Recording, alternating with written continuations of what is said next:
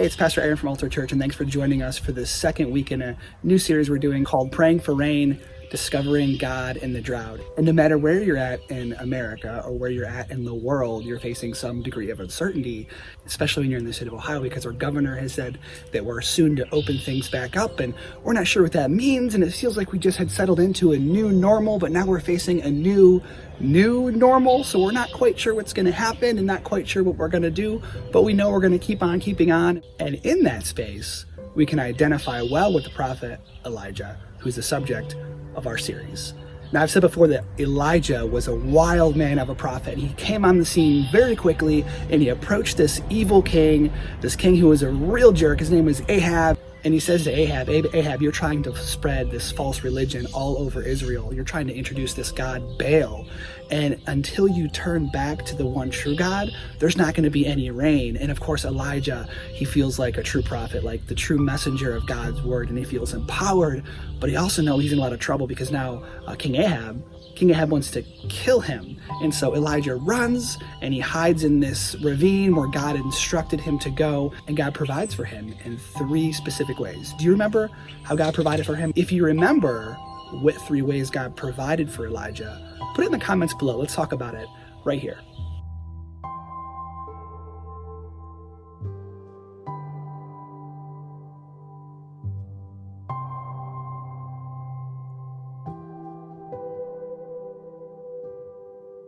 Okay, so many of you probably have great memories, and you remember that the first was with an act of grace, the second was with unexpected provisions, and the third was with extravagant blessings. But there's a new challenge for Elijah, and we see it right away as we read 1 Kings chapter 17, verse 7. Let's read this together. Sometime later, the brook dried up because there had been no rain in the land. Then the word of the Lord came to him, "Go at once to Zarephath in the region of Sidon and stay there. I have directed a widow there to supply you with food." Okay, so as I read this, the first thing I want to know is what happened to acts of grace and unexpected provisions and extravagant blessings, because Elijah is being kicked out because the brook is dried up. And unless I'm missing something, it seems to me like God could probably keep that brook flowing, and he could probably keep Elijah into a place of safety. But he tells Elijah, hey, there's no more water for you here, and you gotta go. And if you're Elijah, you have to think of the consequences of what's happening, because he's not assured any more food, and he's going out into civilization where Ahab is trying to kill him. But God says something really interesting here. He tells Elijah that there's going to be a woman in Zarephath, a widow, who's going to provide him with food. And so Elijah's thinking, okay, cool. Like, I was here and I got water and I got food delivered by birds, and that was great and all, but now I'm going out there and it might be unsafe, but at least there's someone I can talk to. There's a woman that I can, like, you know, she's not a bird. She can communicate with me. That's pretty cool. And so that's what he does. Elijah heads out. He goes to Zarephath just as God directed him. And when he gets there, he sees this woman right away. And he says to this woman, hey there, miss, I'm really thirsty. Could you give me some water? And how about some food?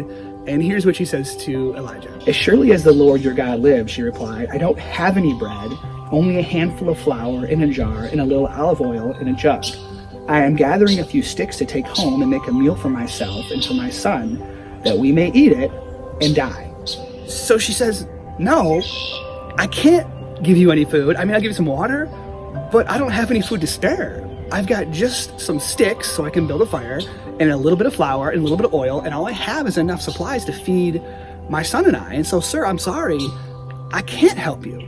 Now, if I'm Elijah, I'm really confused right now, because God has told me that he's directed this woman in Zarephath to feed me.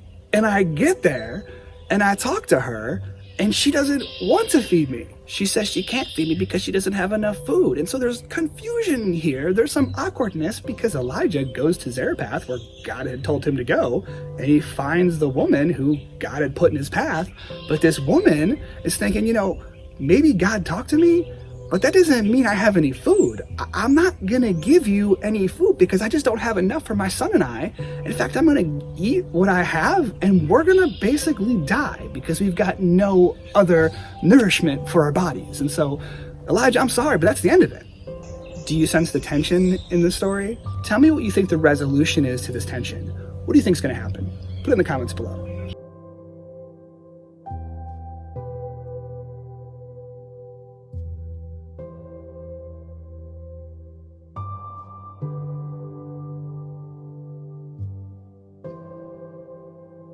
So we have this awkward, tense moment. Elijah knows that he's God's messenger, and he understands that God provides with grace. He provides with unexpected provision. He provides with extravagant blessings. And so he says in boldness to this woman, "Don't be afraid. Go home and do as you have said. But first make a small loaf of bread for me from what you have and bring it to me. And then make something for yourself and your son. For this is what the Lord, the God of Israel, says. The jar of flour will not be used up, and the jug of oil will not run dry, until the day the Lord sends rain on the land." Now Elijah says, "Ma'am, I just need you to trust me, and I need you to trust God. And I already know he's communicated with you. You felt his presence. You felt him communicate with you. You know he's real. I don't have to convince you of that. But if you would just do what I ask, if you take this chance, and I know it's a big one, but if you could go home and make this bread, but first make some bread for me to help me eat, I promise you that God will sustain you, and you and your son will not go hungry until the rain returns." And what we have here is this beautiful exchange that we often find in the church between believers, where one person is feeling weak and unsure, and they're feeling hopeless, and they're having some doubt, and yet another believer is feeling confident and assured, and they understand God's presence, and they understand that he is working, and he can work in the life of the person who's struggling. And the person who's feeling faithful and hopeful encourages the other, builds them up, and lifts them up, and says, God will work if you trust him. Has it ever happened to you? Have you ever experienced that before? Has someone ever encouraged you, built you up, poured into you, breathed life into you through God, through the Holy Spirit, through the gospel? If so, put it in the comments below. Let's talk about it.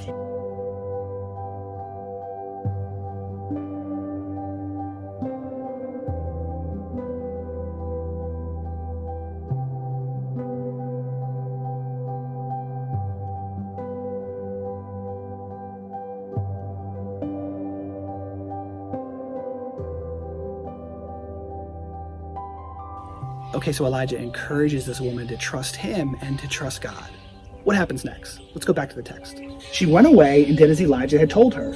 So there was food every day for Elijah and for the woman and her family. For the jar of flour was not used up, and the jug of oil did not run dry, in keeping with the word of the Lord spoken by Elijah." So this woman takes this huge step of faith. She shares the last portion of what she has, and she makes bread for Elijah, just as he had asked. And here's what happens. God blessed her and provided for her in the exact way that Elijah said he would. And so now this woman has food for her son, not just for today, but until the drought ends, and Elijah gets to eat. And for Elijah's sake, he has someone to talk to instead of birds. So it's a win-win, right? Well, yes, but the story takes a really weird and bizarre turn. You see, what happens is this lady's son gets really, really sick, and he stops breathing. And she says to Elijah, "Look, Elijah, why have you allowed my son to die? Have you come to my house just to put a curse on my child and make him ill and die?" And Elijah, when he hears this, he's just as surprised. He doesn't know what's happening. And so what he says is, "Let me take your son." And he puts this boy on his shoulder, and he takes the boy into the other room. And here's what Elijah says to God. "Then he cried out to the Lord, 'Lord my God, have you brought tragedy even on this widow I am staying with by causing her son to die?' Then he stretched himself out on the boy 3 times and cried out to the Lord, 'Lord my God, let this boy's life return to him.'" Elijah is in this deep state of anguish, and he's asking God really the same question the woman did. "God, why have you done this? Why have you allowed this to happen to this child? Look, she's helping us. She's providing nourishment for me on your behalf. She's helping me do my job as a prophet to bring your word and your love back into the kingdom of Israel.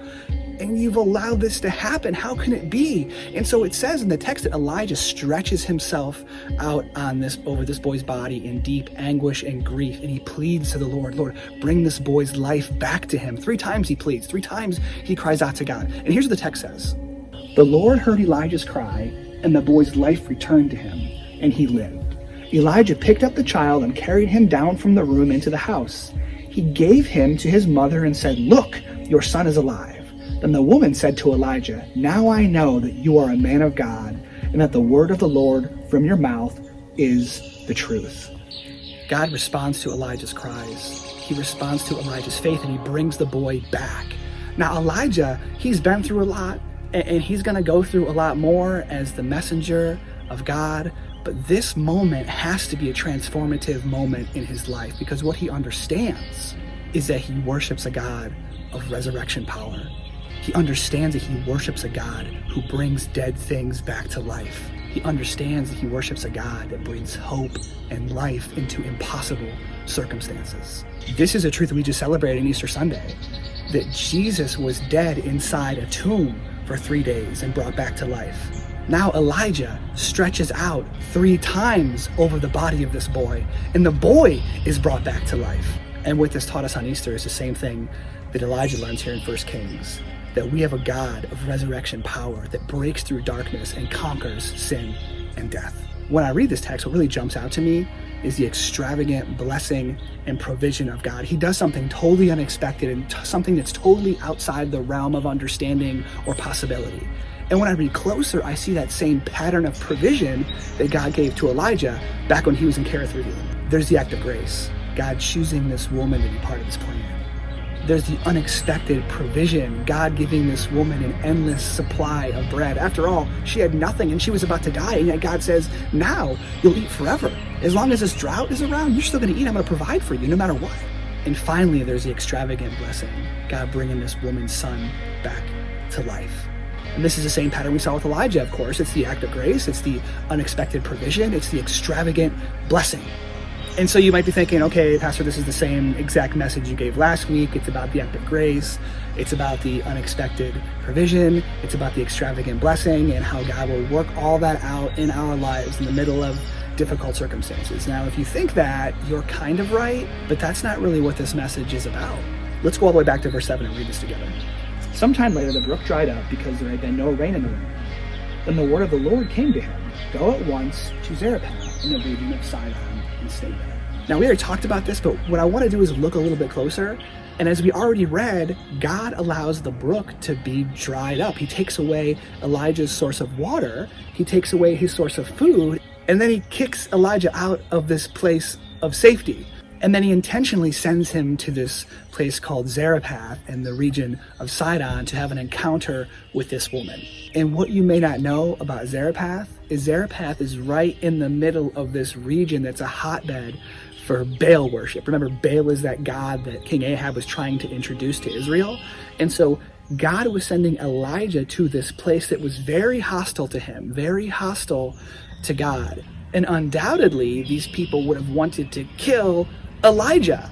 And Elijah goes to this region in this climate of stress and uncertainty and hopelessness because these people believe in Baal, and Baal is the god of rain, and there's been no rain. So they're feeling like their world is coming apart. There's no rain. Their God is dead. They have nothing, and they're hopeless. Just like this woman says, I'm going to eat this last meal, and I'm going to go die because my God, Baal, is dead, clearly, because it's not raining.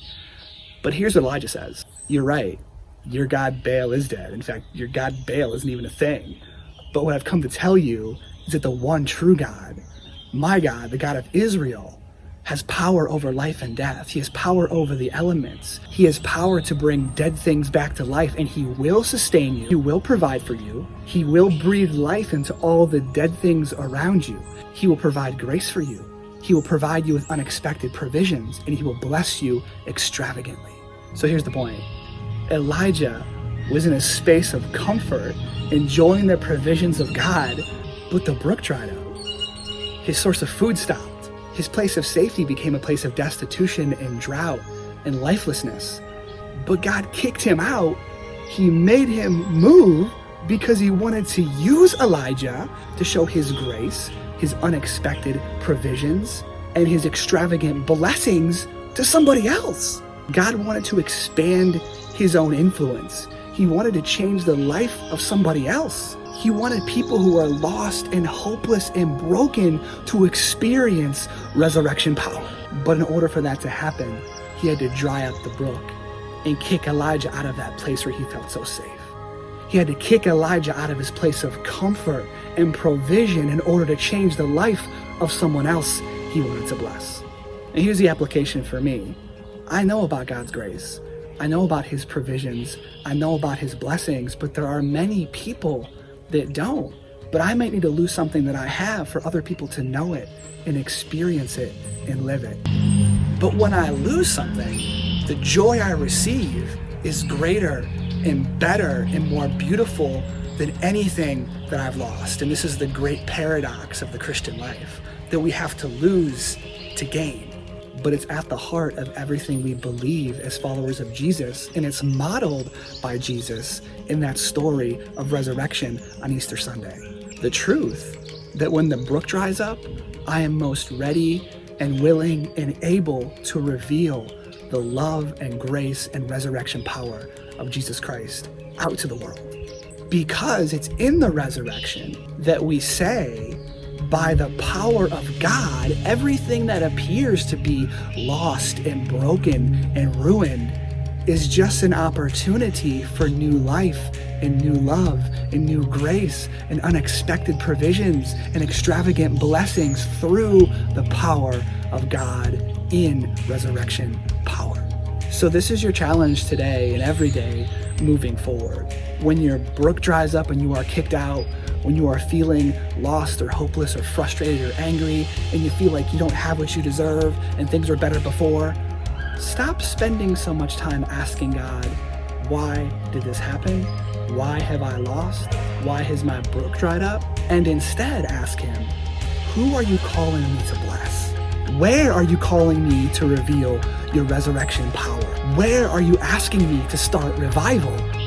Be encouraged, church. What we are going through is not a surprise to God. This is not new to him. He's using this.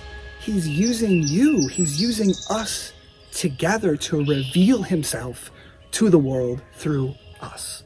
The world is in fact starving, and we have the provisions through him to nourish the world, and they're waiting for us to tell them and show them and reveal it. Be encouraged, be willing, be ready. Resurrection power lives in you, and maybe your brook is dried up so you can show that to the rest of the world.